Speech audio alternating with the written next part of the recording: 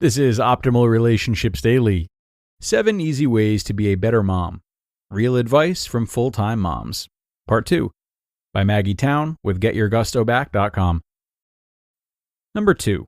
Learn self-love. We all want our children to love themselves, but they aren't going to learn what that looks like unless they have a good example of it around them. Learning self-love will make you a more confident mom and woman, while also teaching your child those same qualities. Stop comparing. One of the biggest things that get in the way of being a better mom is comparing ourselves to other moms. Diane gets outside with her kids more than I do. Karen doesn't give her kids screen time because she always has activities for them. Shelley feeds her toddler so much healthier than I do. Comparisons don't help anyone. You know your child's needs. Trust your instincts, stop making comparisons, and definitely stop assuming that other moms are better than you. Allow yourself to make mistakes. There are going to be days where you feel like you weren't the best mom you could have been, like you should have tried harder or put more effort in. That's normal. Us moms are so darn hard on ourselves. That mom guilt in the back of our minds is always trying to remind us that we did something wrong. Well, guess what? You aren't perfect, so stop trying to be. All you need to do is be the best mom that you can be for your child, right now. And being a mom means that you will have days when you yell a lot or get irritated too quickly. Maybe you let your child get away with too much for a day. But it comes with the territory. Don't beat yourself up. Figure out what went wrong and work to fix it. Then try to do just a little bit better tomorrow. Say sayonara to toxic people. Do you have a mom friend who constantly makes snide comments that make you feel less than? Sayonara. Maybe you're friends with someone without children who struggles to understand why you put your children above them and why everything has to be planned ahead of time for you. Sayonara. Or you might have a mom friend who passes judgment or gives unwanted advice on every little thing you do. Sayonara. Being a mom is difficult enough. There is no need to keep judgmental people as friends. Try affirmations. It might sound odd, but you'll notice your confidence has boosted after a few weeks of this. Start every morning by either writing in a journal or looking at yourself in the mirror while saying or writing self-affirmations. It could be anything. I am beautiful. I am smart. I'm an awesome mom. I'm accomplished. Aim for around 10. That will make you start your day on a positive note and start to change your mindset on who you are. Number 3. Find yourself outside of motherhood. It's easy to get caught up in the everyday life of motherhood. Life as a mama is time-consuming and distracting, but it's vital to find who you are outside of motherhood. Our children are going to grow up and they'll need us less and less every year. Once they're full-grown adults and leave the house, you'll no longer have the same purpose of being a full-time mom. You'll need to find meaning elsewhere, and now is a great time to prepare. Start with finding what some of your interests are. Exercising, crafting, a career, reading, or maybe party hosting. Try some new things and see what sparks a little joy in your soul. As we know in motherhood, extra time doesn't randomly appear, so schedule it. Maybe it's something you want to do daily, possibly weekly or monthly. Chat with your spouse or another loved one, or find a babysitter who's available so that you can have this time for yourself. Being available to your child is important, but it's also important to have your own interests, friends, and hobbies that don't involve your child. Number 4. Spend quality time with your child. Nothing makes me feel like an awesome mom more than some quality time with my toddler. This won't only fill up your child's cup, it will fill up yours as well. You'll even feel more connected to your child after a little one-on-one time. Think of something that will involve both you and your little one having fun. You could go all out and make a plan with snacks, movies, and crafts. Or you can keep it chill and spend 20 minutes a day reading your child's favorite books. I love to have dates with my toddler. We go to the store together and we pick out our favorite snacks. Then we come home and find a Disney movie to watch while we cuddle with blankets and eat our snacks. He gets so excited for our Mommy Elijah dates. Number 5.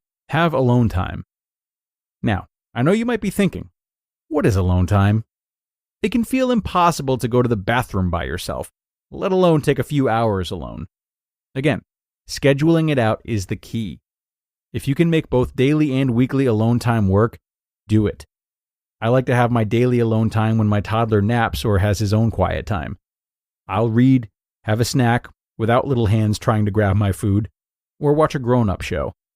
I get my weekly alone time, which is a bit longer, on Sundays.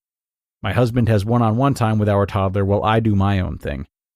Most of the time, I just go into our bedroom, lock the door, read a book, and then nap for a few glorious hours.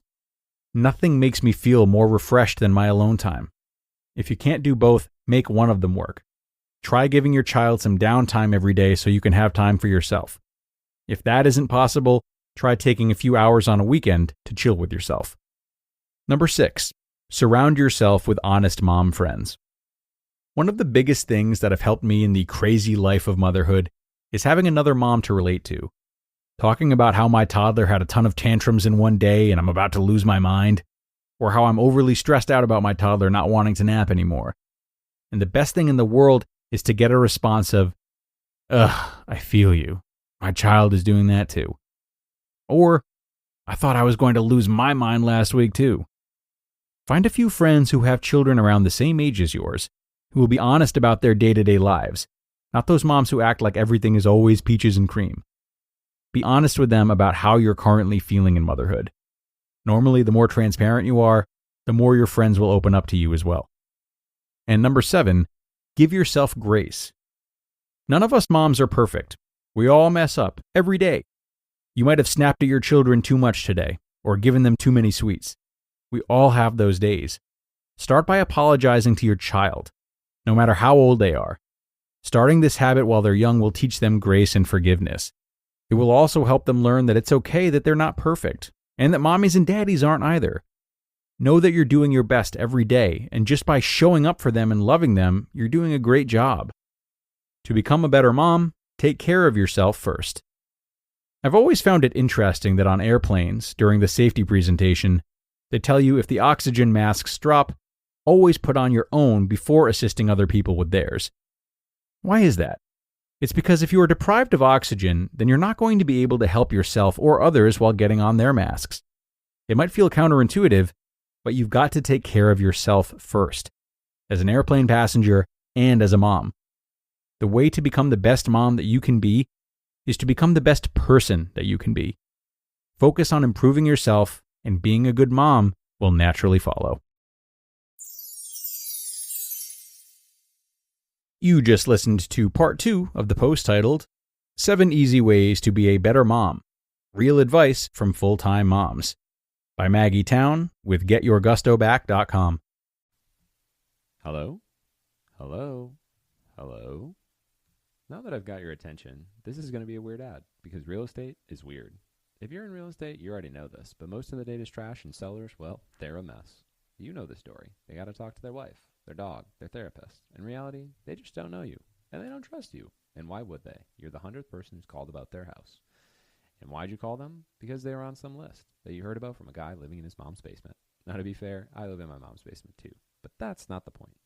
If you want to win, you have to be different. You have to talk to people who need to sell, who just had a kid, got divorced, or had a loss in the family. That's what Goliath does. We monitor people's lives, and when something changes, we throw up a white flag so you know exactly who to contact. Even if it's 9 p.m. on a weekend and you're asleep. That's what an unfair advantage sounds like. Goliath. Goliath Data. Goliath. Goliath Data. GoliathData.com. Find deals before the market does. Okay, back to the show. And thanks a lot to Maggie once again. A great remainder of this article, needless to say, definitely looking out for the mental health of moms in more ways than one, which I loved.